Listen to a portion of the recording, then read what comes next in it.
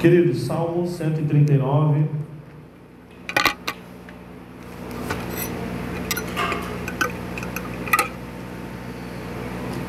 Salmo 139, nós vamos ler o capítulo inteiro.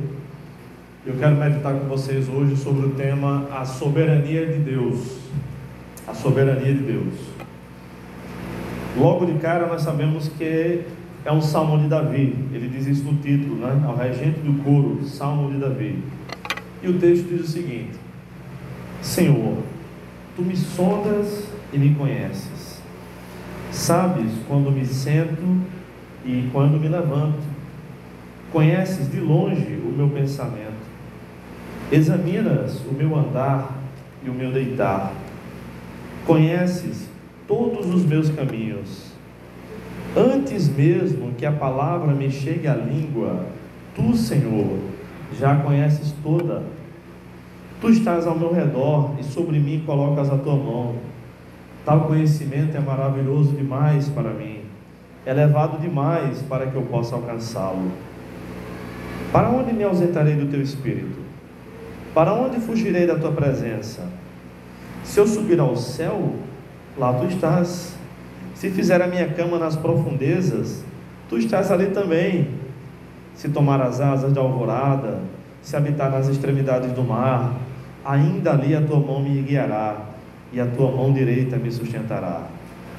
Se eu disser, as trevas me encobrirão, e a luz ao meu redor se transformará em escuridão, até mesmo as trevas não serão escuras para Ti, mas a noite brilhará como o dia, pois as trevas e a luz são a mesma coisa para Ti.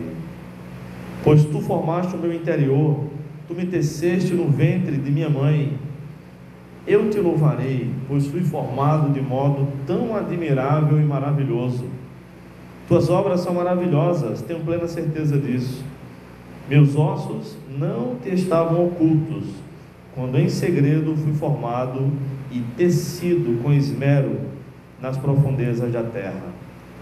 Teus olhos viram a minha substância ainda sem forma, e no Teu livro os dias foram escritos. Sim, todos os dias me foram ordenados, quando nenhum deles ainda havia. Ó Deus, como são preciosos para mim os Teus pensamentos, como é grande a soma deles. Se os contasse, seria mais numerosos do que os grãos de areia. Se os contasse até o fim, ainda estaria contigo. Quem me dera matasses o perverso, ó Deus, e se afastassem de mim os assassinos, os homens que se rebelam contra Ti e contra Ti se levantam para o mal. Senhor, não odeio eu os que Te odeiam, não detesto os que se levantam contra Ti. Eu os odeio com ódio absoluto, considero os verdadeiros inimigos. Sonda-me, ó Deus, e conhece o meu coração. Prova-me e conhece os meus pensamentos. Vê se há em mim algum caminho mau e guia-me pelo caminho eterno. Aleluia. Que salmo maravilhoso. Meus irmãos, toda a Bíblia é linda, o livro dos Salmos em especial, com a poesia hebraica, mas este salmo é fantástico.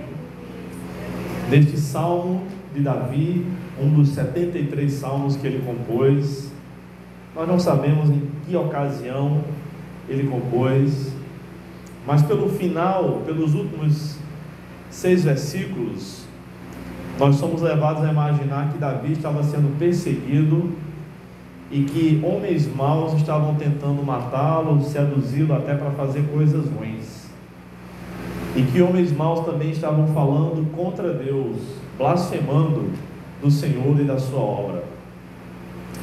Nesse salmo nós temos praticamente um sermão pronto, porque nesses 24 versos ele está dividido em 4 partes de 6 versos. Primeiro, Davi fala do conhecimento de Deus. Deus conhece todas as coisas. Depois ele fala da presença divina. Deus está em todos os lugares, todos, absolutamente. Depois ele fala do poder de Deus. Deus tem poder para tudo. Depois ele fala sobre a justiça divina. E baseado em apenas esses 4 atributos, dos muitos atributos que Deus tem, eu quero tratar com vocês sobre o tema soberania divina. Esse tema é dito por irmãos de outras igrejas que os arminianos, nós que somos arminianos, não cremos nem pregamos sobre a soberania de Deus, porque na cabeça de muita gente, o fato da gente dizer que Deus é soberano é que Ele controla cada um de nós em todos os aspectos, como se fôssemos bonecos, como se fôssemos marionetes. Então teve um teólogo do passado que disse que Deus controla todos os nossos atos e até mesmo os erros de um datilógrafo. Sabe, a gente usa o computador hoje em dia para digitar, né? A garotada hoje usa os smartphones. Eu uso também, mas eu prefiro um teclado desse tamanho do que um desse tamanho. Eu prefiro uma tela desse tamanho do que uma desse tamanho. No computador eu digito com 8 dedos, no celular com 1. Então é muito comum a gente errar e aí volta e tal. Mas eu cheguei a usar a máquina de datilografia. Cheguei a usar para... O que é uma máquina de datilografia? É um computador que já vem com a impressora junto, tá? É isso. A gente terminava, já estava impresso o texto. Só não dava para errar, né? Então, acreditar que Deus é e age assim é errado. Porque se a gente levar o pensamento e dizer que Deus controla absolutamente todos os atos de todos os seres humanos, nós vamos chegar à blasfêmia de dizer que os nossos pecados foram decretados por Deus, como João Calvino, um teólogo do século XVI, um francês do século XVI, ensinou. E desde que João Calvino vem ensinando isso, muitas pessoas que se identificam com ele, chamados de calvinistas, ensinam isso também. E eu tenho vários amigos que são crentes, são calvinistas, pastores inclusive, e não cabe. E eu digo para eles, já pensei até em ser calvinista, brincando, né? Não digo isso de público, eu digo com um ou outro. Já pensei até em ser calvinista, que tem muita coisa bacana e tal na filosofia calvinista. A questão do trabalho, o valor que eles dão ao trabalho e tudo mais. Enfim, aí eles me falam, mas por que não é? Eu digo, porque aí eu li a Bíblia e eu vi que não dá para ser calvinista. Eles ficam muito bravos comigo, né? Mas aí é brincadeira que eu faço entre amigos, eu não falo isso dando aula. Enfim, dependendo do lugar eu até falo, tá? Dependendo do seminário. Mas irmãos, o fato de Deus ser soberano não significa dizer que Ele controla nós seres humanos como marionetes, ao ponto de que essa camisa que eu escolhi hoje, não fui eu que escolhi, foi Deus que determinou e eu penso que escolhi. Não. Gilene agora ajeitou a máscara, Ana está ajeitando o brinco. Então, na mente dos calvinistas, isso também foi decretado por Deus, absolutamente tudo. Mas esse não é o Deus da Bíblia. O Deus da Bíblia dá oportunidades. O Deus da Bíblia faz perguntas, convida para as pessoas seguirem, mas é soberano mesmo assim. Como eu costumo dizer, Deus é tão soberano que nos dá a liberdade de escolher se nós queremos segui-lo ou não. Isso sim é ser soberano de verdade. E vamos explorar então esses 4 atributos de Deus. O que é um atributo? Atributo é uma característica que qualifica o ser. Então nós temos nossos atributos e temos bons e maus atributos, que são as nossas características. Algumas são boas, algumas são ruins. Mas em tratando-se de Deus, atributos são as qualidades divinas. Por exemplo, a essas que eu acabei de mencionar, a santidade divina, a espiritualidade divina, a invisibilidade divina, o amor é um atributo de Deus, e alguns desses atributos só Deus tem, outros Ele compartilhou com a humanidade. A gente diz que Ele comunicou esses atributos. Por exemplo, nós podemos amar, mas a gente não consegue amar como Deus ama. Mas é um atributo também. Então, atributos são as características de Deus, grosso modo falando. Do verso 1 ao verso 6, quero que vocês deixem suas Bíblias abertas para irem conferindo. Davi fala sobre a onisciência divina, ou seja, Deus sabe de todas as coisas, Deus sabe de tudo, tudo. Veja como ele descreve no verso 1 ao verso 6, vamos reler. Ele diz: Senhor, tu me sondas e me conheces. Sondar é olhar mais de perto, bem de perto, né? Sabes quando me sento, quando me levanto, conheces de longe o que eu estou pensando. Examinas o meu andar, o meu deitar, conheces todos os meus caminhos. Ele diz ainda no verso 4: antes mesmo que a palavra me chegue à língua, tu, Senhor, já a conheces toda. Ou seja, antes que a gente fale alguma coisa, ou antes que a gente pense em falar, Deus já sabe o que a gente vai dizer. Esse é o Deus da Bíblia. Tu estás ao meu redor e sobre mim colocas a tua mão. Tal conhecimento é maravilhoso demais para mim, é elevado demais para que eu possa alcançá-lo. Deus sabe de tudo, Deus é onisciente, e só Ele é assim. Então, a oração que a gente faz não é para comunicar a Deus o que a gente precisa ou o que a gente quer.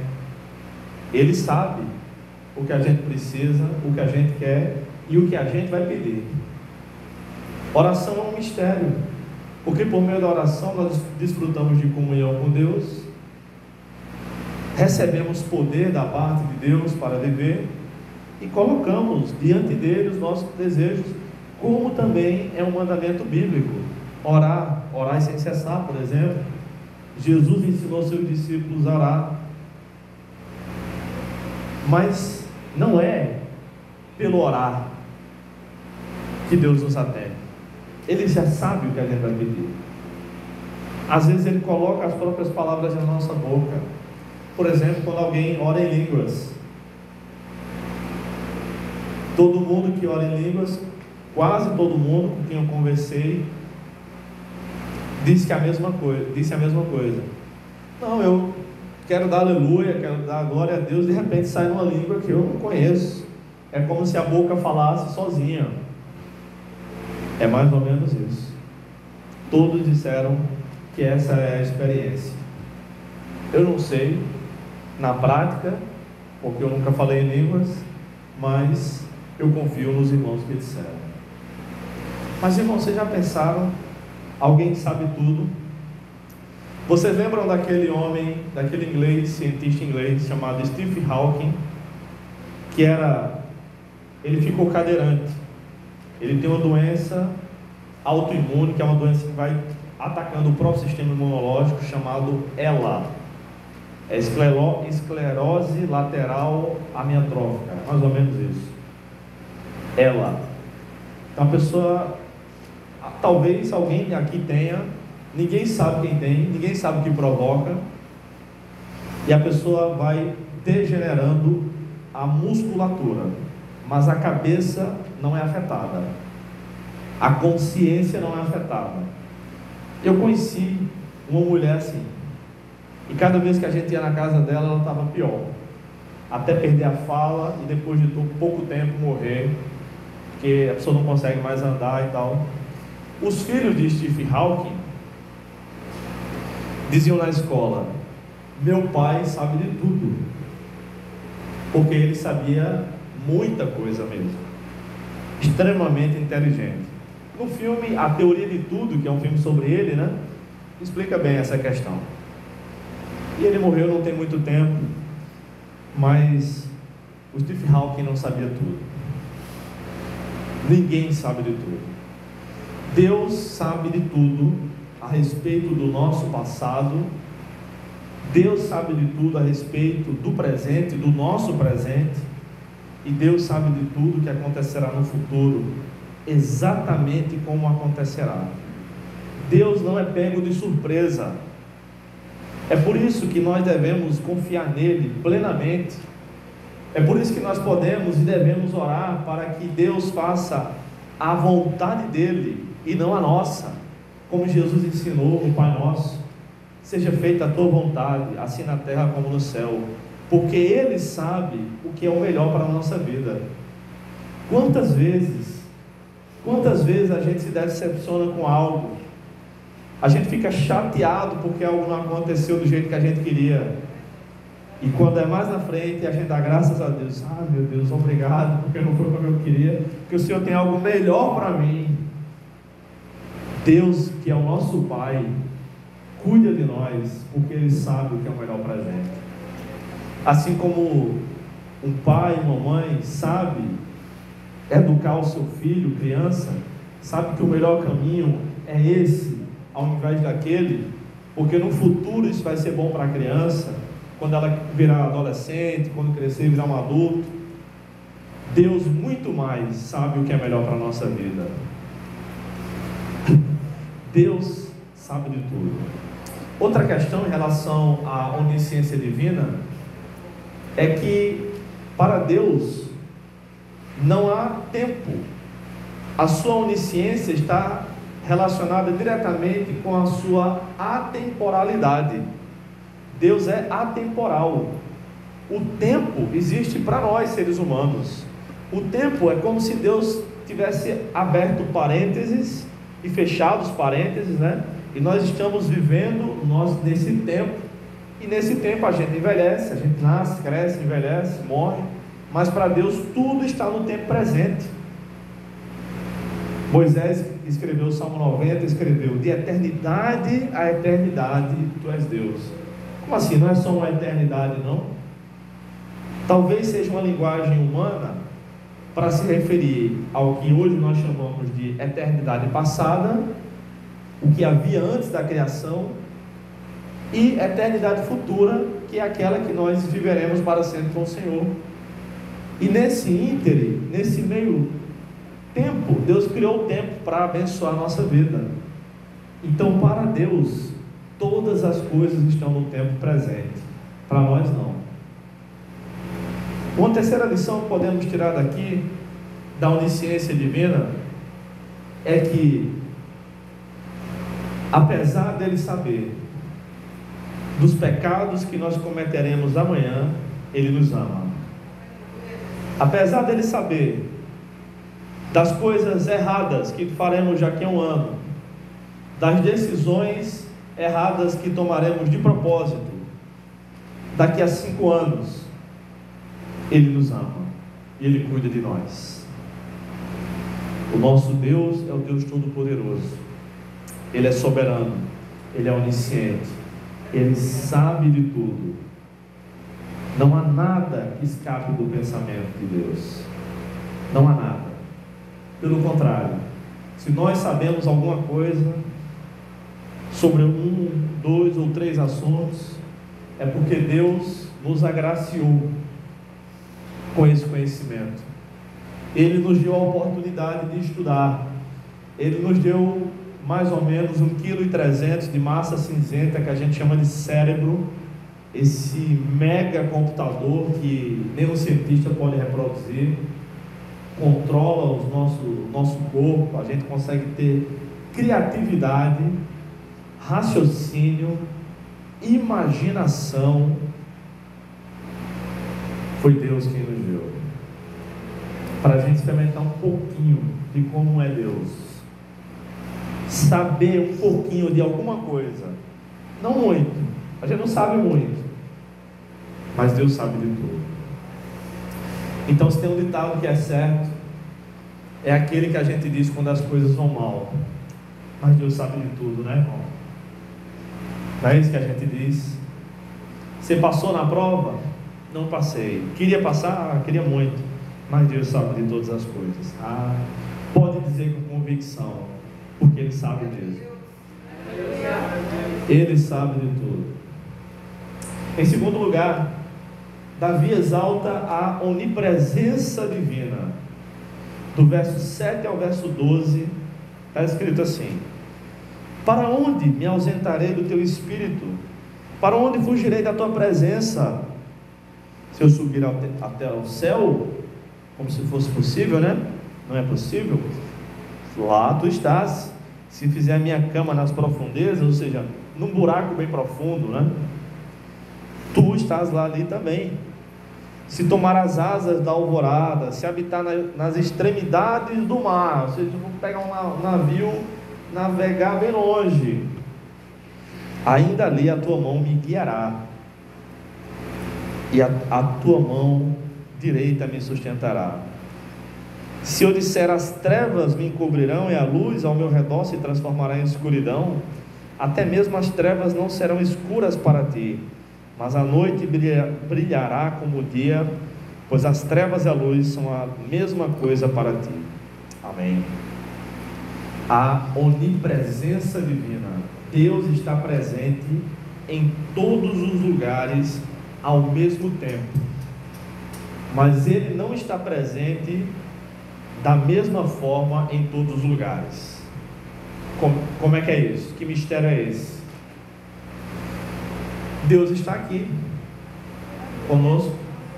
Deus está em todas as outras igrejas cristãs que estão prestando um culto a Ele nesse momento aqui no Brasil. Mas Deus também está ali no meio da rua. Deus também está na nossa casa. A minha casa não ficou vazia hoje, mas a casa de alguns pode ter ficado vazia, né? Todo mundo veio para a igreja. Deus está lá também. Tem um hino que eu acho muito sem sentido, que é aquele: quando eu cheguei aqui, meu Senhor já estava. Claro que estava, Ele é onipresente. A gente costuma dizer, né? Vá com Deus, vá na paz, vai com Deus. Sim, é um modo de falar, né? Porque Deus está tanto aqui na partida, como Ele já está no destino, para onde a gente vai, como Ele está no caminho, no trajeto. Ele está em todos os lugares. Ele está no céu, na terra e até mesmo no inferno. Se existe algum lugar, Deus está lá. Deus está em Marte, em Júpiter, na Lua, no Sol, porque Ele é onipresente.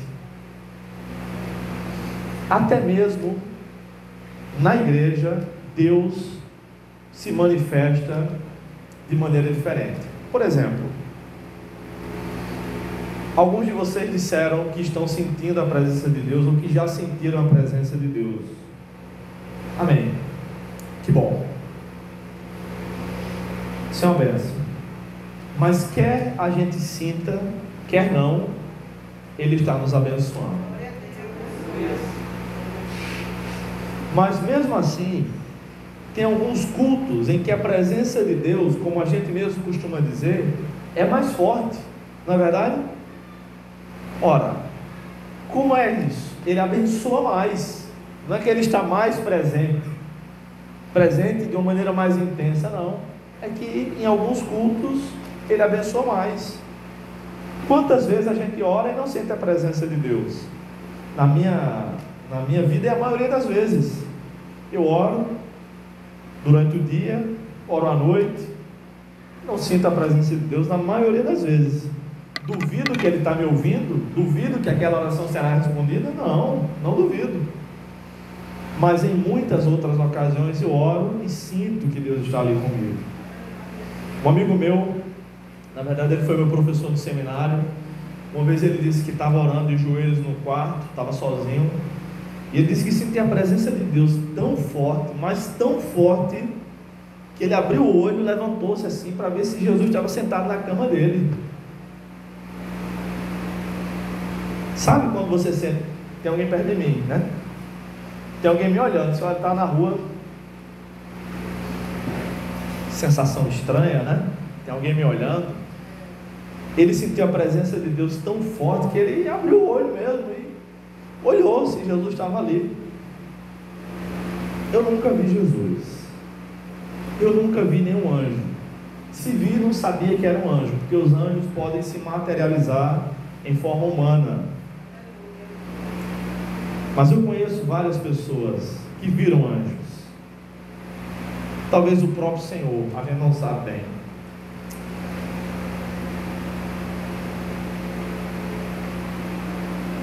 Um pastor amigo meu estava fazendo um trabalho missionário no sertão, na região de Patos, nos sítios no entorno de Patos. E ele estava com um amigo, eles estavam num Chevette, era um carro propício para a época, faz muitos anos, e era de noite, estava chovendo muito, e às vezes quando chove no sertão, mas chove assim sem piedade, né? Chove demais. E eles ainda na estrada de terra, voltando para casa, já escuro, o carro caiu num buraco, a parte traseira.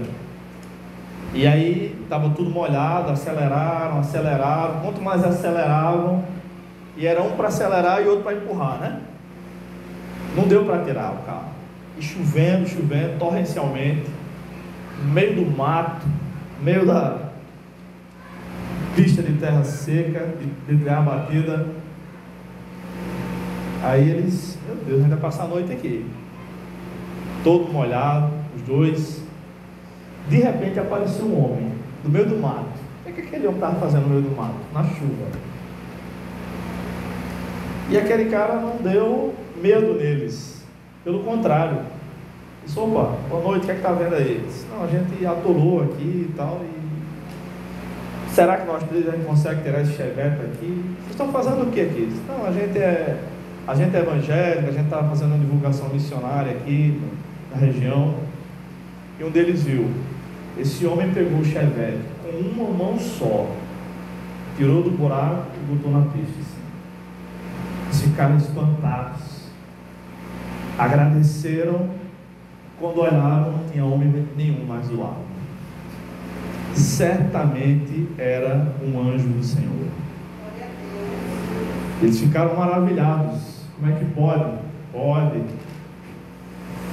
Deus, além de ser onipresente, também envia anjos para ajudar os seus filhos. Os anjos recebem orações e levam até o trono de Deus, a Bíblia diz. Os anjos trouxeram a lei e entregaram a lei para Moisés. A Bíblia diz 3 vezes isso. Os anjos estão trabalhando em prol daqueles que são crentes, diz Hebreus capítulo 1. Hebreus capítulo 13 também diz que alguns, sem saber, hospedaram anjos. Talvez uma referência a Ló, lá do livro de Gênesis. Eu estava dando uma aula sobre anjos há alguns anos, no seminário, e um dos alunos contou a seguinte história. Lá em Cabedelo, essa aula foi lá em Cabedelo. Um amigo dele, crente no Senhor Jesus, estava passando por um momento de muita dificuldade, de muita tribulação. Estava orando, decidiu ir para a beira-mar, orar. Estava com o MP3, né, ouvindo músicas, ouvindo louvores, e foi para a beira-mar, lá em Cabedelo, aquela escuridão, foi orar. E ele estava encostado ali numa barraca, orando. De repente passou a polícia e viu aquele cara ali, né? O que esse cara está fazendo aí? Aí a polícia, ele estava de mochila, fone nos ouvidos e tal, estava lá pedindo a Deus ajuda, né? E a polícia chegou e disse: vamos, encosta, ele está fazendo o que aqui? Ele tirou os fones. Não, eu sou crente, eu estou aqui só orando, não estou fazendo nada não, nada de errado não. Ele disse: não, encosta aí, abre as pernas e tal. Revistaram ele, acharam ele suspeito, revistaram ele, não maltrataram ele não. Tá certo. E aquele cara que estava contigo aqui? Disse: não, que cara? A gente viu, ele se escondeu aonde? Aí procuraram na barraca, olharam para o lado para ver se ele tinha corrido, olharam para o outro, olharam para a água para ver se ele tinha entrado no mar. Não, a gente viu viu quem? Eu estou sozinho aqui, eu vim sozinho. Tinha um homem aqui do seu lado, de branco, em pé do seu lado. Você está dizendo que não viu? Se aí era um anjo do Senhor, ou o próprio Senhor. E a polícia viu. Parece que um dos policiais era crente e entendeu. Não, então era um anjo mesmo, vamos embora, ele está certo. Meus irmãos, tem um versículo em Provérbios que diz que os olhos do Senhor estão em todo lugar. E às vezes a gente usa esse versículo para amedrontar as crianças, né? Olha, Deus está vendo, né? Sim, Deus sabe de tudo, Deus vê tudo, Deus está em todos os lugares, os olhos dele estão em todos os lugares. Se a gente fizer alguma coisa errada, nada passará impune. Mas a gente deveria olhar para esse versículo, na minha opinião, de outra maneira. Deus está olhando para mim, para me proteger, para cuidar de mim. Os olhos do Senhor estão sobre todo lugar, em todo lugar. Para quê? Para cuidar da gente. Naquele lugar que a gente vai, quando a gente está sozinho, quando a gente está no meio de uma multidão, o Senhor está conosco. Não há como fugir da presença de Deus. Não há. É por isso que a gente ora por pessoas que estão perto, por pessoas que estão longe. Em 2019, uma conhecida da minha esposa ficou doente. Ela teve um problema de saúde e fizeram muitos exames até descobrir o que era. Depois, graças a Deus, descobriram que não era nada grave, mas ela ficou hospitalizada em observação, que passou mal, e ela acredita em tudo que vocês imaginarem. A mãe dela mais ainda, menos no Evangelho. Então fizeram lá uns trabalhos, e a mãe dela ligou para perguntar qual era o endereço da filha, o número do apartamento, o bloco, o endereço completo, para que os espíritos soubessem onde deveriam ir. Servir a espíritos incompetentes deve ser terrível, né? O nosso Deus está em todos os lugares. Para onde a gente vai, Ele vai. Na verdade, o próprio texto diz que Ele nos guia. Versos 9 e 10 diz: se habitar nas extremidades do mar, ainda ali a tua mão me guiará. Ele não somente está em todos os lugares, como Ele nos guia para onde Ele quer nos levar. Isso é, literalmente, muitas vezes, sabe, quando a gente tem um livramento de Deus, eu estou com vontade de ir por esse caminho hoje, não por aquele. Depois a gente descobre que teve algum problema ali. Eu lembro de uma história que eu não fui para esse culto, eu não lembro o que aconteceu, eu não fui. Culto de jovens de outra igreja que eu participei. E quando terminou o culto, a garotada toda, eram muitos rapazes, muitos jovens, decidiram ir para a praia. Faz muito tempo isso. E aí foram caminhando até a Avenida das Pessoas, lá em João Pessoa, que a igreja era lá perto. Aí tem uma parada de ônibus que fica à esquerda e tem uma mais adiante, que é mais ou menos a mesma distância. Aí eles pensaram: vamos para aquela? Não, vamos para essa outra. Aí decidiram ir para a da direita. Foram todos para a parada mais adiante. Beleza, quando chegou o ônibus, que eles subiram no ônibus, eles notaram um cobrador pálido. Aí o cobrador viu aquela garotada toda subindo e disse: ó, ou no passe, ou se tiver trocado. A gente acabou de ser assaltado naquela parada antes ali. A parada que eles iam. Deus os guiou. Deus os livrou. Deus é soberano. Por que Ele livra uns e outros não livra? Porque alguns têm uma vida tão boa e outros sofrem tantos. São mistérios da soberania divina. Nós não sabemos por quê. Deus não revelou. cabe a nós adorá-lo e agradecê-lo por tudo que nós temos, mas Ele é soberano. Terceiro lugar, Davi exalta a onipotência divina, o poder de Deus. Do versículo 13 ao versículo 18, Davi escreveu o seguinte: pois tu formaste o meu interior, tu me teceste no ventre de minha mãe. Essa palavra aqui, teceste, é como quem vai fazendo tricô, crochê, sabe? Como quem está tecendo mesmo. Eu te louvarei, pois fui formado de modo tão admirável e maravilhoso, ou como diz algumas versões, assombrosamente, né? Tuas obras são maravilhosas, tenho plena certeza disso. Meus ossos não te estavam ocultos, quando em segredo fui formado e tecido com esmero nas profundezas da terra, ou no ventre da minha mãe. Teus olhos viram a minha substância ainda sem forma, e no teu livro os dias foram escritos. Sim, todos os dias que me foram ordenados, quando nenhum deles ainda havia. Ó Deus, como são preciosos para mim os teus pensamentos, como é grande a soma deles. Deus sabe de tudo, Deus está em todos os lugares e Deus tem todo o poder. O exame de ultrassonografia, né, para saber se vai ser menino ou menina, é relativamente recente, é do século passado, é equipamento pós-guerra, e dá para saber, e ajudou não somente os pais, como também ajuda em outros tratamentos, né? Muitos outros. Mas antes que houvesse tecnologia suficiente para isso na terra, Deus já sabia de tudo isso. Ele não só sabia como escolheu, Ele escolheu cada homem aqui para ser homem, cada mulher aqui para ser mulher. Ele determinou isso, Ele decretou. Também os dias de nossa vida, Davi usou a linguagem humana para dizer como se Deus tivesse um livro, estão todos escritos no livro de Deus. O que será que está escrito no livro de Deus para nós em 12 de julho, amanhã?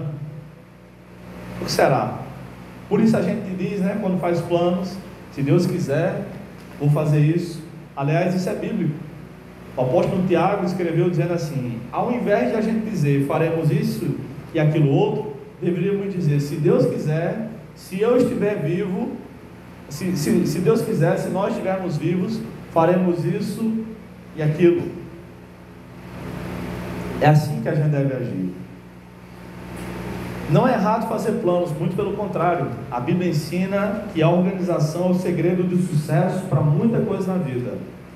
Provérbios 16:1 fala tanto da organização que os homens devem ter, quanto da palavra final, que vem de Deus. Provérbios 16:1 diz que o coração do homem faz planos, mas a resposta certa vem dos lábios do Senhor. Quantas vezes a gente faz planos e são frustrados? E quantas vezes a gente faz planos e eles são surpreendidos, nós somos surpreendidos, porque Deus tem algo melhor para nós. Eu lembro de uma viagem que a gente fez em família, e aí à noite, na noite que antecedeu a viagem, eu fui abastecer o carro, fui calibrar os pneus, fui ver se estava tudo em ordem, né? E aí, quando estava no posto, abastecendo ainda, um carro que estava atrás de mim me chamou a atenção, ele só está vazando. Eu disse, eu não acredito, vou viajar amanhã, não acredito. Aí eu olhei, desci, me abaixei assim no posto, estava vazando mesmo combustível. Isso não vai dar tempo de consertar, né? Eu tenho um grande amigo que é mecânico, ele tem uma oficina e inclusive é ele que cuida do meu carro. Aí eu liguei para ele, né? Eu fiquei logo chateado na hora. Aí respirei fundo, encostei o carro assim. Disse, não, completo. Aí o frentista, completo. Bota tudo aí, completo. E aí encostei o carro. Estava só eu e Kelly no momento. Respirei fundo. Disse, e agora? O que é que a gente faz? Disse, não, manda o pessoal aí, amanhã eu conserto isso e a gente chega lá depois. Aí eu disse, eu vou ligar para o meu amigo. Eu liguei para ele. Aí ele perguntou como era, que estava o vazamento, onde era, tal, muito experiente. Eu disse, não, faz o seguinte, dá uma volta hoje para gastar um pouquinho do combustível que vai parar de vazar. Aí eu disse, mas não tem perigo do carro quebrar, tal, explodir, sei lá, pegar fogo? Não tem perigo nenhum, só não enche mais. Fica usando ele meio tanque, um pouquinho mais de meio, mas não enche todo. Viaja e na volta você traz o carro que eu conserto. Fiz o que ele disse, deu tudo certo. Depois consertei, está aí e nunca mais vazou. Mas a gente, às vezes, eu pelo menos, me irritei logo. Disse, meu Deus, a gente planejou tanto isso. Mas por que Deus faz essas coisas? Parece que Deus faz umas coisas com a gente de propósito, né? E faz mesmo. Aquilo que a gente não gosta, Deus bota no nosso caminho de propósito. Por quê? Para tratar o nosso caráter, para nos transformar em melhores cristãos. Parece que aquilo que mais nos irrita é o que mais está dentro do nosso caminho. Por que Deus, que tem todo o poder, não tira? A gente às vezes ora e usa até aquele ditado, né? Quanto mais eu rezo ou oro, mais assombração me aparece. Será que é porque talvez a gente não tenha aprendido a lição ainda? E aí quando a gente aprende a lição, Deus tira tudo do caminho e deixa o caminho planinho para a gente confiar nele mais, no Deus Todo-Poderoso, o Deus que nos criou. Irmãos, nós fomos criados por Deus. Davi recorre à criação do corpo humano para falar que Deus é todo-poderoso. Já estudou o corpo humano? Já estudou a complexidade dos sistemas que nós temos? A gente come, o que faz bem é absorvido, o que não presta é jogado fora. Às vezes o que não presta também é absorvido, e daí vem as doenças. Às vezes não vem imediatamente, não é? Como uma dor de barriga, enfim, mas vem a longo prazo. O nosso cérebro, essa máquina maravilhosa, o funcionamento dos nossos olhos, capta a luz, manda para o cérebro, diz o que é, o tato, o olfato, a gente cheira, consegue distinguir cheiros, o nosso paladar, a gente de olhos fechados come alguma coisa, sabe o que é, se está bom de sal, se está bom de açúcar, se está muito doce. Tudo isso foi Deus que fez. Como é bom poder se levantar, fazer nossas coisas, ser criado por Deus assim, fisicamente perfeitos. Eu vejo que meu pai está sofrendo em cima das pernas. Meu pai que tem moto desde os 13 anos de idade, sempre andava para todo lugar, ele conhece tudo e todo mundo, sem GPS. Eu disse, pai, a igreja que eu estou indo lá, Ibiri, quando eu comecei a vir para cá, é em tal lugar, assim, eu sei onde é. Ele veio, chegou aqui, quando eu fui licenciado, ele veio com minha mãe, sem problema. Eu disse, não, depois do posto de Almeida, sábado é o posto de Almeida, terceira rua direita, não tem erro não. Agora para ir para o banheiro eu preciso de ajuda, preciso que alguém pelo menos traga a outra cadeira para ele trocar. Ele pode até ir rodando as rodas da cadeira, né? Mas às vezes a gente não agradece. Uma vez eu conversei com um professor de biologia evolucionista, que acredita que nós evoluímos, não fomos criados por Deus. E aí conversa vem, conversa vai. Falei para ele da receita do bolo. Disse para ele que um camarada estava entregando os ingredientes para fazer um bolo. De repente o caminhão capotou, 11 elementos começaram a se misturar aleatoriamente no baú do caminhão. Tinha uma forma de bolo lá, tinha ovos, fermento, farinha, açúcar, sal, achocolatado, manteiga. E a manteiga untou a forma de bolo, caiu os ovos sem a casca lá dentro, batido dentro da forma, achocolatado na medida certa, açúcar na medida certa, sal, tudo na medida certa. O caminhão pegou fogo. Quando os bombeiros chegaram, que apagaram o incêndio, que tinha lá um bolo de chocolate. Eu disse: acredita nisso? Claro que não. Mas você acredita que 30 trilhões de células, na verdade, mais recentemente descobriu-se que nós temos mais ou menos 38 trilhões de células. Trilhões se misturaram aleatoriamente, sem ninguém comandar nada, sem uma delas dizer: vá para lá, forme o braço esquerdo, forme os dedos, forme as impressões digitais. Vocês vão fazer glóbulos brancos, produzir glóbulos vermelhos, plaquetas. O intestino vai digerir a comida. O estômago vai produzir suco gástrico, mas não vai corroer o estômago, que vai ter uma proteção dentro dele. Vai ter um cérebro que vai comandar tudo. Isso se misturou aleatoriamente, né? Eu disse: é preciso ter mais fé para ser ateu do que para acreditar na palavra de Deus.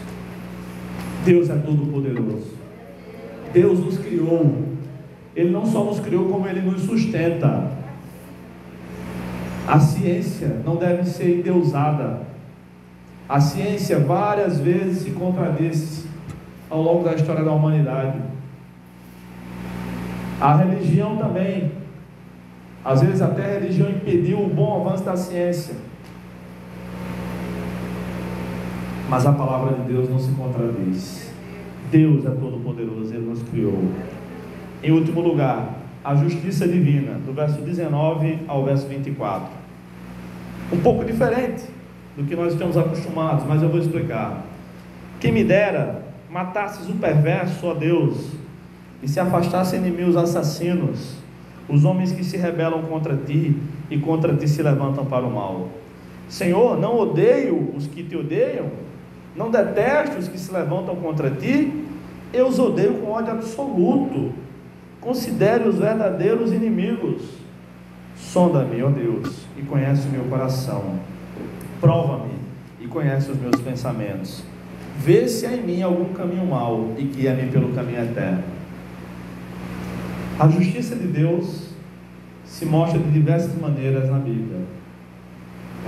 A justiça distributiva, quando Ele distribui dons, habilidades, seus atributos ao ser humano. A justiça retributiva, quando Ele retribui muitas vezes aos nossos atos. Às vezes ela vem acompanhada da misericórdia, e aí Deus nos pune menos do que nós merecemos. A justiça graciosa, que é quando ao invés de Deus nos punir, Ele nos concede favores, e por aí vai. Nos tempos de Davi, nos tempos do Antigo Testamento, a justiça estava estabelecida por meio da lei que Deus deu para Moisés. E o mandamento não matarás significa não assassinarás, ou seja, não mate quem for inocente, mas quem for culpado disso e daquilo outro, os israelitas tinham que matar. E havia 24 razões na lei de Moisés para a pena de morte. Alguém que blasfemasse do Senhor, alguém que ensinasse heresia em Israel, alguém que sacrificasse os filhos a ídolos, praticasse a idolatria, alguém dono de um boi bravo, que deixasse o boi bravo e esse boi matasse alguém, deveria morrer também, alguém extremamente rebelde para com os pais, criminosos, estupradores, sequestradores e assassinos eram mortos também no Antigo Testamento, adúlteros também eram mortos por apedrejamento. É disso e nesse contexto que Davi escreveu o Salmo 139, mais ou menos 1000 anos antes de Cristo. Nós sabemos hoje que nós devemos amar os nossos inimigos, abençoar ao invés de amaldiçoar, orar pelos que nos perseguem. Nós estamos debaixo de outra dispensação. Essa maneira de Deus agir parou. Deus está agindo de outra maneira desde que Jesus veio ao mundo. Mesmo assim, a sua justiça continua em evidência. Ananias e Safira, está registrada essa história no Novo Testamento e não no Antigo. Deus mesmo os matou por terem mentido descaradamente perante o apóstolo Pedro e toda a igreja. Deus pode permitir que alguém adoeça por conta de pecados, diz Tiago capítulo 5. Não é que todo mundo que adoeceu é porque pecou, não. O pecado entrou, a doença entrou no mundo por causa do pecado de Adão, não dos nossos pecados. Mas é possível que haja uma relação entre pecado e enfermidade. Deus continua agindo com justiça, mas um dia Ele julgará todos, e todos os nossos atos, todos os pensamentos, todas as palavras, todos os sentimentos e até mesmo todas as omissões, todo o bem que a gente deveria ter feito e não fez, que estava ao nosso alcance fazer e não foi realizado, porque Deus é justo. O homem é injusto, a justiça é injusta, ela é cega para julgar ricos e pobres somente naquela figura, mas homens pecadores é que conduzem a justiça. Por isso ela falha. Muitos recebem suborno, muitos têm interesses eleitoreiros, políticos por trás e agem assim, mas Deus não. Deus vai julgar cada um de nós. Nós não passaremos por um julgamento com os incrédulos, não. Quando a gente morrer, nunca mais a gente vai ver um incrédulo. O crente que morre vai direto para o céu, para a presença de Deus. O julgamento pelo qual nós vamos passar é o julgamento para o recebimento das recompensas. O incrédulo não. Quando ele morrer, ele vai ser julgado para receber os julgamentos dos seus pecados e para ir para o inferno. A única chance que os incrédulos têm de ver um crente é nesse mundo. Quando nós morrermos, seremos julgados em tribunais diferentes pelo mesmo juiz. Nós temos dois advogados. Jesus Cristo intercede por nós, conforme Romanos 8, e conforme Romanos 8, o Espírito Santo também intercede por nós. Por isso, por causa da nossa fé em Cristo, já fomos absolvidos, mas mesmo assim, nenhum pecado deixará de ser confrontado. E eu tenho para mim que é nesse momento que nós vamos chorar no céu. É dito que no céu ninguém chora, mas em Apocalipse diz que Ele enxugará dos nossos olhos toda lágrima. Então no céu a gente vai chorar por pelo menos uma vez. E eu tenho para mim, irmãos, que será nesse confronto. Deus não vai deixar passar os nossos pecados. Ele vai confrontar cada um de nós individualmente. E aí nós choraremos, nos arrependeremos definitivamente e desfrutaremos para sempre da presença do Senhor. Nosso Deus é soberano. Por esse salmo nós vimos que Deus é soberano através da sua onisciência, Ele sabe de tudo, através da sua onipresença, Ele está em todos os lugares, através da sua onipotência, Ele pode todas as coisas, e através da sua justiça, Ele é justo. Que Deus nos ajude, que Deus tenha misericórdia de nós. Vamos orar. Pai amado, muito obrigado pela Tua palavra. Obrigado, Senhor, porque estamos diante do Deus soberano, Criador dos céus e da terra. Que a Tua palavra, Senhor, nos sustente diariamente. Que quando pensarmos em desistir, quando vier a tentação, quando vierem aqueles que acusam, que caluniam a nossa fé, nos lembremos que o Senhor é soberano. Quando vierem as dificuldades e nos perguntarmos por que estamos passando por tribulações, que nos lembremos que o Senhor é soberano. Quando a gente não tiver explicações para as coisas, nem palavras para dizer a outras pessoas, que possamos pelo menos lembrá-las que o Senhor é soberano. Tu és o Deus soberano, Criador de todas as coisas. Tu és o nosso Deus. Te agradecemos por isso.